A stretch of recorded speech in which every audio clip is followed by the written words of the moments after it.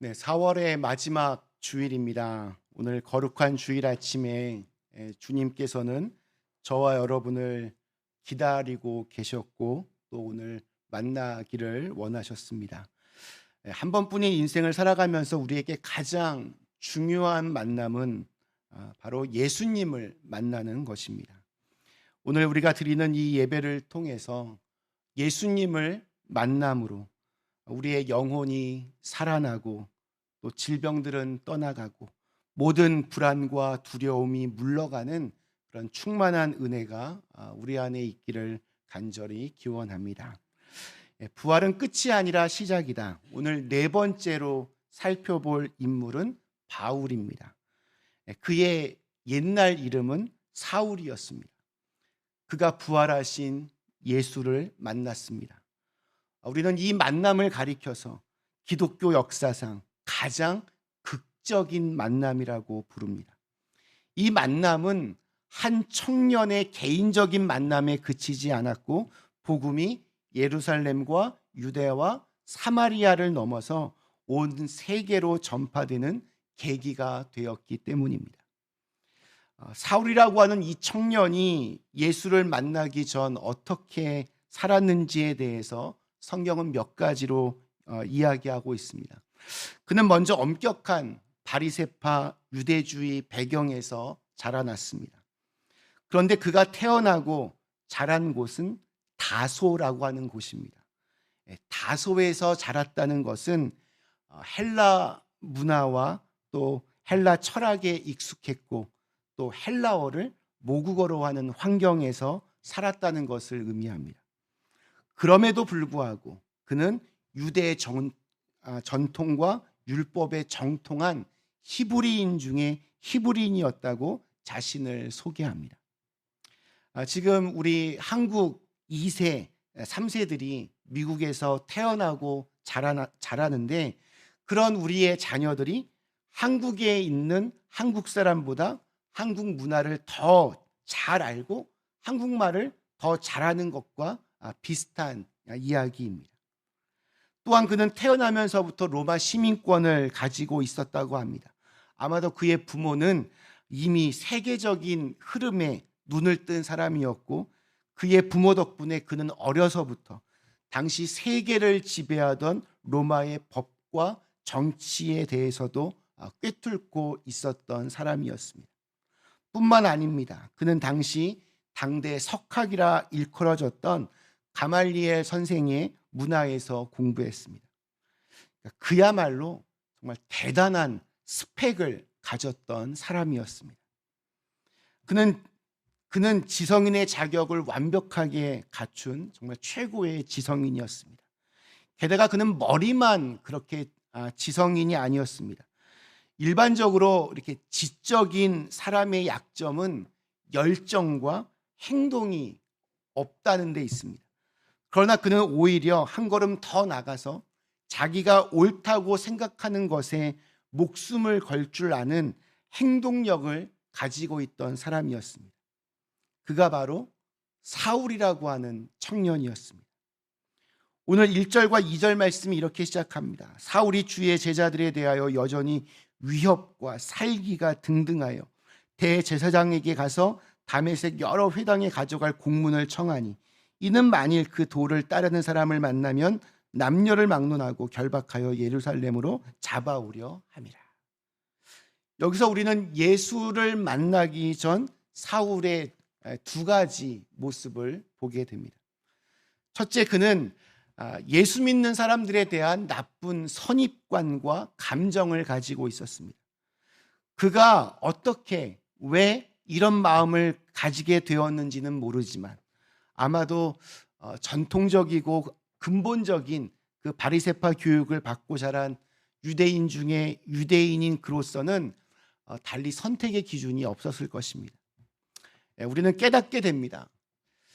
아무리 헬라와 로마의 넓은 세상의 문화적 배경에서 자랐음에도 또 서로의 생각을 존중하는 당대 최고의 학문을 접했음에도 자신이 가지고 있는 그런 선입관과 감정이 변하는 것은 참으로 어려운 일이구나. 우리는 이것을 알게 됩니다. 그런 그가 언제 비로소 자신의 그 선입관과 감정적이었던 인생을 종지부 찍습니까?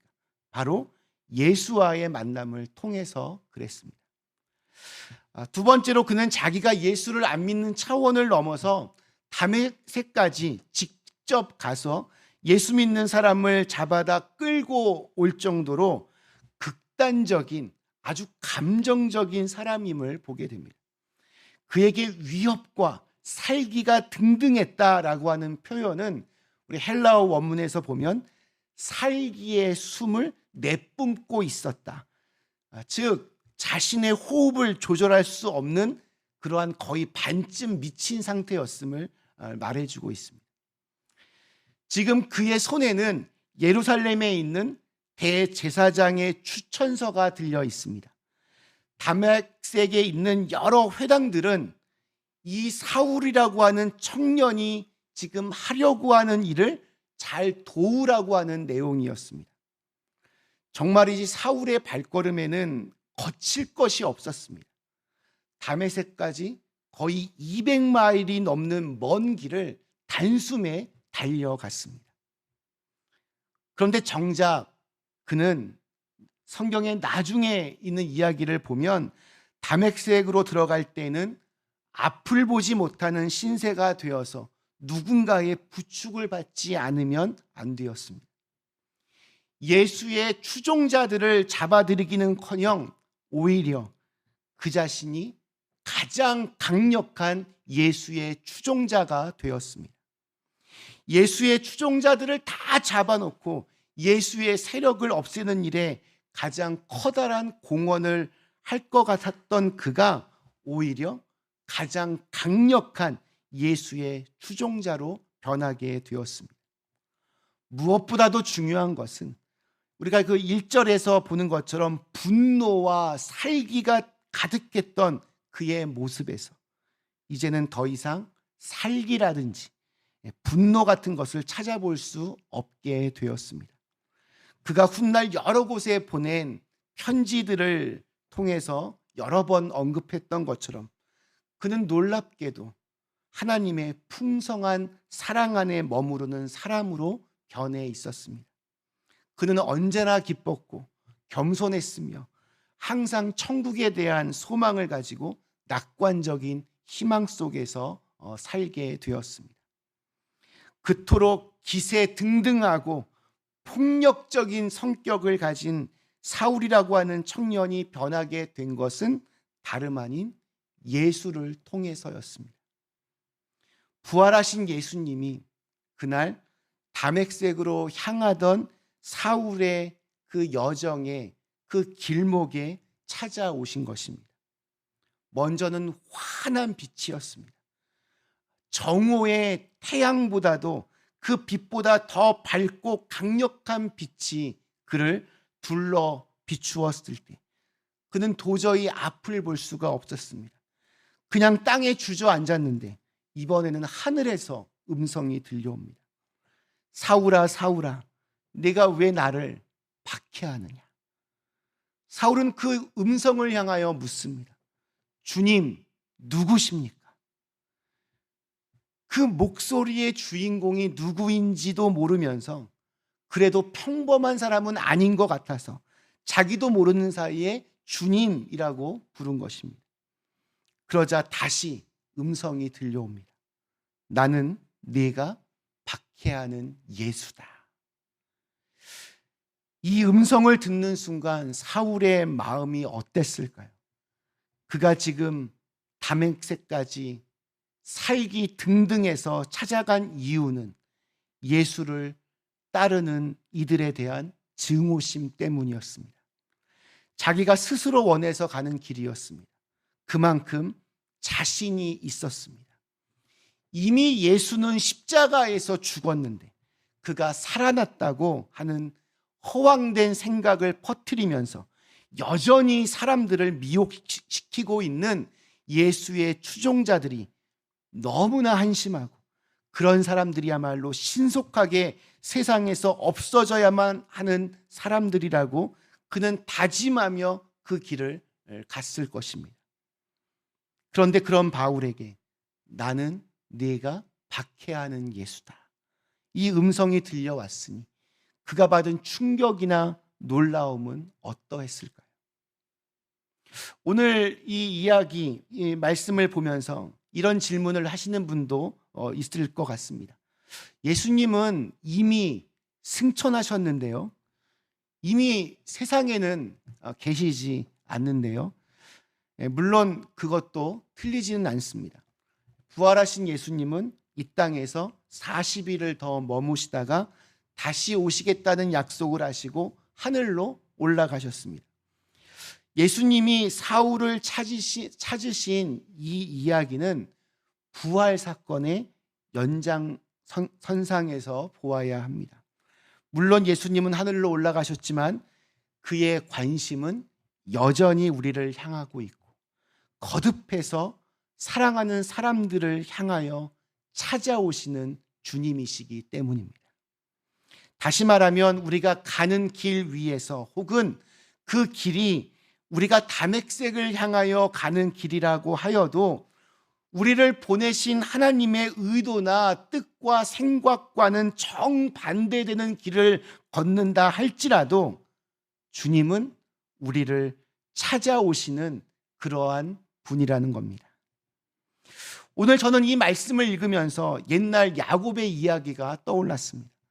형에게 돌아갈 축복을 가로채고 급하게 도망을 친 야곱. 항상 그 엄마 치마 속에서 보호막 안에서 살던 야곱에게는 이 광야는 정말로 견디기 힘든 곳이었습니다. 그날도 광야에서 해는 저물고 어두움이 찾아왔습니다. 야곱은 외로움과 또 두려움에 몸을 떨면서 딱딱한 돌베개를 베고서는 잠을 청합니다. 그런데 그 밤에 여호와 하나님께서 그에게 나타나십니다. 나는 여호와, 너의 할아버지 아브라함을 보살펴 주었던 하나님, 너의 아버지 이삭을 보살펴 주었던 하나님이다. 내가 너와 함께 있어서 네가 어디로 가든지 너를 지켜주며 내가 너를 다시 이 땅으로 데려오겠다. 야곱으로서는 잊을 수 없는 순간이 되었습니다. 아침에 일어나서 여호와를 향하여 단을 쌓고 그곳의 이름을 베델이라고 새롭게 부릅니다. 우리는 그 대목을 좀 잘 살펴보면 그 길목에서 야곱을 기다리셨던 분이 바로 하나님임을 깨닫게 됩니다. 결코 우연히 벌어진 일이 아니었습니다. 하나님께서 그 길에서 야곱이 그곳을 지나가기를 기다리고 계시다가 꿈속에서 그를 찾아오신 것입니다. 아마 주님도 그러셨을 것입니다. 우연이 아닙니다. 그곳에서 주님은 사울을 기다리고 계셨습니다. 그를 지켜보고 계시다가 그날 사울을 찾아오신 겁니다. 사울에게 있어서 이 일은 자신의 일생을 두고서 결코 잊을 수 없는 일이 되었습니다. 그는 오늘의 일을 거듭해서 사람들에게 이야기합니다. 우리 사도행전에 보면 2번이나 더 반복해서 바울은 오늘 있었던 일을 사람들에게 소개합니다.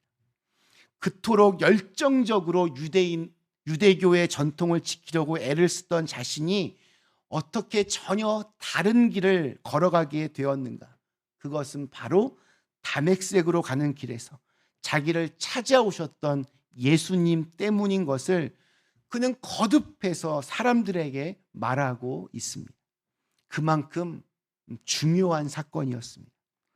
부활하신 주님과 만난 충격이 너무나 컸었기 때문에 그는 사흘 동안이나 먹지도 마시지도 못하게 되었습니다. 태양보다 더 밝은 빛으로 자신을 찾아와 말씀하신 분이 예수라는 사실, 이것은 바울의 모든 철학과 사상, 그의 믿음과 인생관을 뒤흔들어 놓은 일대 혁명적인 사건이었습니다. 아마 바울은 이렇게 생각했던 것 같습니다. 지금까지 내가 진짜 아무것도 아니라고 생각했던 예수가 도대체 누구란 말인가? 지금 나에게 나타난 예수가 정말 메시아란 말인가? 그 예수가 부활한 것이 사실이라면 그러면 나는 이제 어떻게 해야 할까? 아마 수많은 생각들과 물음들이 그의 삶을 뒤흔들어 놓았을 것입니다.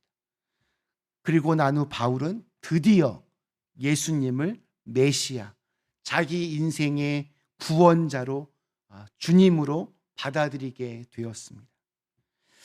여기에서 우리는 바울의 회심 사건의 본질이 무엇인지를 알 수 있습니다.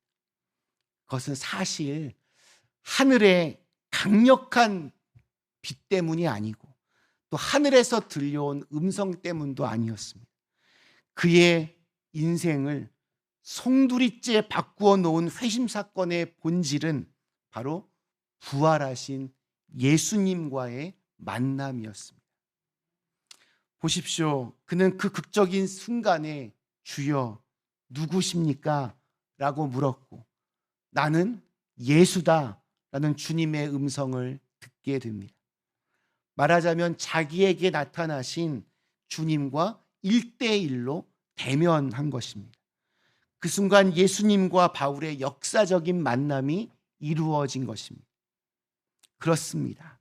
누가 뭐라고 해도 모든 회심 사건의 중심에는 예수 그리스도가 있어야 합니다. 사실 사람들은 예수님을 만나지 않고도 어느 정도 도덕적으로 변화될 수 있습니다. 어떤 사람은 책을 읽고도 착하게 살아야겠다 결심할 수 있습니다. 어떤 사건을 통해서 새로운 인생을 살게 되었다라고 말하는 사람도 있습니다. 그럴 수 있습니다. 그러나 이런 것들은 도덕적인 변화에 불과합니다. 또 어떤 사람은 깊은 병에 걸려서 교회에 찾아 나올 수 있습니다. 기도하고 병을 고칠 수도 있습니다. 그러나 병이 낫고 교회에 다니게 되었다고 하더라도 그것 자체로는 진정한 변화가 아닙니다. 왜 그렇습니까? 병은 어디에 가도 고칠 수 있기 때문입니다. 병원에 가도 되고 또 심지어 구술해도 됩니다. 병을 고치는 것이 하나님의 역사일 수 있지만 그 자체는 변화나 회심이 아닙니다. 진정한 회심은 병을 고친 사건을 통해 예수님이 정말 그리스도이시구나. 그분이 십자가에서 내 질병을 치료하셨구나라는 그 예수 그리스도의 체험이 있어야 합니다. 또 어떤 사람들은 교회에 와서 정말 세상에서는 볼 수 없는 신비한 체험을 했다고 합니다. 환상을 보기도 하고 몸이 떨리기도 하고 또 뒤로 넘어지기도 합니다. 물론 그런 신비한 체험이 때로는 중요한 것일 수도 있지만 그것만 가지고는 회심했다라고 보기 어렵습니다. 분명히 말씀드리지만 성령의 체험은 예수를 체험하는 겁니다. 예수님을 만나지 못하고 병이 낫거나 신비한 체험을 하는 것은 무당을 찾아가서 구슬하는 것이나 별반 다를 바 없습니다. 하늘이 열리는 경험도 하늘의 음성을 직통으로 듣는 것도 마찬가지입니다. 진정한 회심과 변화의 역사는 예수 그리스도를 만나는 것입니다. 영국에 살던 작가 샬롯 엘리엇이란 여인이 있습니다. 20대부터 촉망을 받던 이 여인은 30대가 되자 갑작스러운 병을 앓게 되어서 매사에 반항적인 여인이 되었습니다. 그녀의 아버지가 너무 걱정이 되어서 자기의 친구이자 목사였던 말란 목사님을 집으로 초대하였습니다. 말란 목사님이 엘리엇에게 예수님에 대해서 이야기를 꺼내자 그는 불같이 화를 내며 나 같은 사람이 어떻게 예수를 만날 수 있느냐고 아주 신경질적으로 반응했습니다. 절망과 좌절에 빠져 있는 자기 자신을 보면서 나는 도저히 예수님께 나갈 수 없는 존재라고 생각했던 겁니다. 그때 말란 목사님은 아주 단순하게 이렇게 말했다고 합니다. 당신의 있는 모습 그대로 그분에게 오십시오. 그런데 이 한마디의 말이 화살처럼 그녀의 가슴에 꽂혔습니다. 그 순간 그녀는 주님께서 자신의 마음을 만지고 계신다는 것을 느꼈습니다. 그 자리에서 무릎을 꿇고 예수님에게 자신의 인생을 드리게 되었습니다. 그녀의 회심의 순간이었습니다. 그리고 그녀는 펜을 들어서 찬송가 하나를 작사하게 되었습니다. 우리가 조금 전에 불렀던 6절까지 있었던 찬송가 282장. 큰 죄에 빠진 날 위에 주 보혈 흘려주시고 또 나를 오라 하시니 주께로 거저 갑니다. 이 찬송의 원 제목은 Just as I am 이고 빌리 그레이엄 목사님의 전도 집회마다 이 찬송이 불려졌습니다. 이 찬송은 수많은 사람들을 주님께 나오게 하였습니다. 어떻게 우리가 예수님께 나올 수 있습니까? 대답은 바로 있는 모습 그대로 오는 것입니다. 부활의 주님이 사울을 만나고 그의 인생을 새롭게 하신 것처럼 저와 여러분의 인생을 새롭게 하시게 만들어 주실 줄로 믿습니다. 말씀 마치겠습니다. 우리 사랑하는 그린빌 가족 여러분, 부활은 끝이 아니라 시작이다. 오늘은 부활하신 주님께서 다메섹으로 가는 길목에서 만나 주셨던 사울의 이야기를 함께 나누었습니다. 예수님은 교회를 그토록 박해하던 사울을 찾아오시고 그에게 새롭고 올바른 인생의 길을 보여주시며 그를 선한 길로 인도해 주셨습니다. 부활하신 주님은 오늘도 저와 여러분에게 찾아오십니다. 우리가 아무리 반역을 하고 주님 뜻대로 살지 않더라도 계속해서 우리를 찾아오시며 우리에게 기회를 주고 계십니다. 어디론가 가고 있는 우리의 인생길에서 우리에게 말씀하시는 예수님을 꼭 만나셔야 합니다. 나는 네가 하찮게 생각하던 예수다. 나는 네가 박해하던 예수다. 나는 네가 그토록 찾았던 예수다. 나는 네가 사랑하는 예수다. 부활하신 주님은 매 순간 우리의 삶에 찾아오시며 지금도 새로운 기회를 주시고 새로운 길로 우리를 초대하고 계십니다. 그 주님 앞에 여러분은 어떻게 반응하시겠습니까? 매일매일 어떻게 살아가시겠습니까? 잠시 주신 말씀을 생각하며 기도하겠습니다.